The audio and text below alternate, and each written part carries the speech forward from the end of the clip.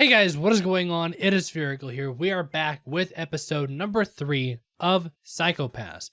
Last time on, a bit of a tame episode compared to episode 1. Again, we just learned more about the world we're in, more about, again, the, enforcers and investigators, and elaborated a bit on our main character, Akane, and, got caught up to speed with how Shinya is doing in the hospital. But beyond that, we don't really know what's going to happen now. I don't know what direction we're going to go in for this episode. I'm just ready to get into it, honestly. As always, the link is at the top of the description. It'll take you to Vimeo. You can watch the reaction highlight there, and then head back here afterwards for the post-episode discussion. With that out of the way, let's get into the episode.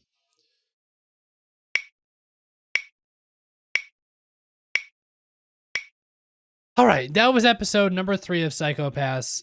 So first off, I wanna talk about the Dominators for a second. So we've seen the Paralyzer, the Eliminator, which is like the lethal shot, and now we've seen this Destroy Decomposer, which I think is different than the Eliminator. It seems like the Paralyzer is obviously used to paralyze people. It's a non-lethal shot. Eliminator is used to maybe kill like humans. And Destroy Decomposer maybe is used to destroy non-living things, like drones that are made out of metal.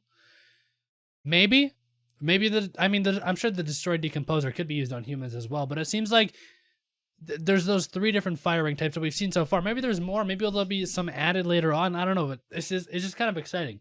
Again, the whole Dominator as a whole, such an interesting idea. But again, there comes the problem of what happens if you're in an area where, like like they said, you can't use them, like because they rely on like a signal or whatever they were talking about. I don't know. They shut off the electrical components of the gun or something, or you couldn't use them in there. Whatever.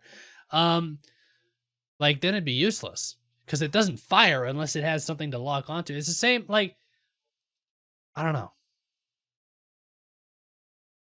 So we had a weird little crime scene where, again, there's this drone factory thing where 3 people have died recently, and it's basically go in, figure out who did it, and that's it.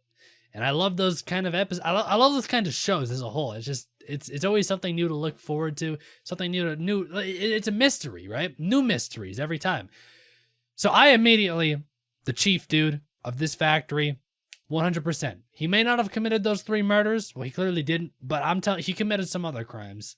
I don't know what, but the look of the smile on his face, I mean, clearly he's not a good person. We already know that. The way he runs this whole factory and stuff is kind of fucked up. But alas, he didn't murder them. It was this guy who's being bullied. Which I guess is kind of a product of the way the chief runs the factory in a way. So technically, by that sense, the chief did do the murders, just not, it was secondhand. So this dude had a crime coefficient of 265. I think I'm gonna start jotting them down because I feel like it'll be good to get a reading on what is an extreme. Like if we see a guy who has like a crime coefficient of 400 or 500, is that extremely incredibly high, or do they get into the thousands? Or I don't know. I'm gonna keep track of them. Maybe it'll be kind of interesting. I kind of like the scene at the end with, again, Kogami and Akane kind of realizing, like, she doesn't want to think of them as hunting dogs, but they kind of are. Just the way they act and the way they're employed, it just, you know what I mean? It's kind of gonna make an interesting dynamic, because again, she wants to see them as more than that. She wants to see them as co-workers and as people, but she also, again, I don't know. It's interesting. It's just, I feel like it's going to be an interesting dynamic to follow throughout the show, is the relationship between, the regular police and the enforcers. Also, apparently, there's some history between Gino. Is it Gino or Gino? Ginoza? Some history between him and Masaoka. We don't know what history, or if there is any history. You don't ask him that, though, because you'll get pissed.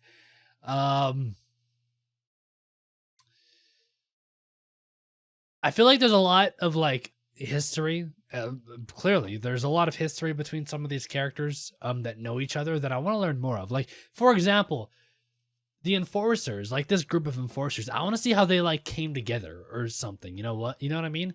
Like, clearly they probably all came from different places, all committed different crimes or had high crime coefficients, or they're latent criminals, so they haven't committed crimes yet, but they all come from different places. Like, I want to see like an origin story for the enforcers that we have here. This enforcer squad. I also want to meet other enforcer squads. There's probably there are others, so I think there are, right?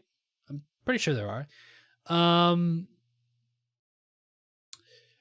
I would also like to know, like, on that note of like the origin story thing, I'd like to see like a history of all of the enforcers before they were captured. Like, the blonde haired dude, he said he was scanned with a high crime coefficient at the age of 5, so he didn't really have much of a life before he was taken in. But the other people, like, I want to see if any of them, like, what they would have done with their lives before they became enforcers.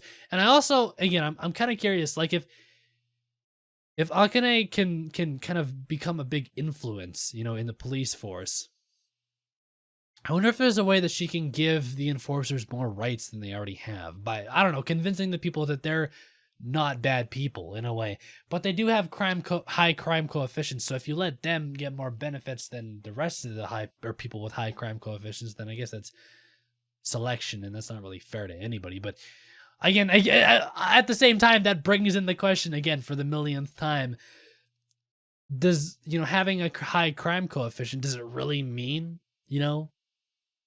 does it implicate, like, is it as bad as we think it is, or you know what I mean? There's so many questions. From what we've seen, though, so far from what we've seen, the crime coefficient in the Psycho-Pass as a whole is very reliable. It's hard to read. It's harder to read than you think. It's not just like you can look at a person and say, "Yep, criminal, boom, done."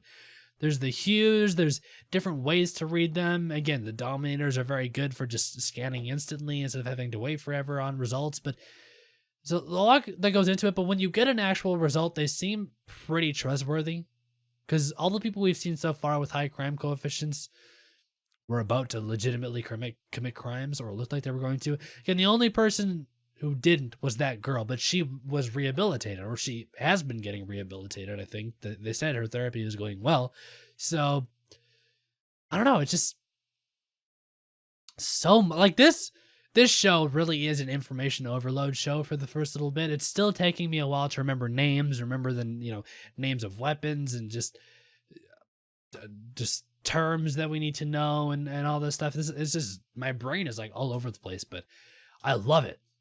I love it. It's a really good show to get you thinking. And again, I really hope, I know there's going to be like some big overarching plot, like the dude with the white hair we saw at the beginning. Who's he? Like, there's all that stuff. But I also really hope that we see more of this just one episode, crime thing where we investigate something, figure out what happened, maybe a couple plot twists here and there. I really like those types of shows. Again, I want a bigger overall plot that we follow during that too, but I'd like to see a lot of these side stories of just, minor crimes, major crimes. I don't know. As long as there's a mystery to it, I'll be interested. But anyways, I think that's pretty much going to finish us off for today. So, yeah, I thank you guys for watching. As always, if you guys want early access and or the full-length versions of these reactions, click that link down in the description. It'll take you to patreon.com/FericalFilms, and you can check that out there. But with all that out of the way, again, I do thank you guys for watching, and I'll talk to you guys all on Wednesday with episode number 4.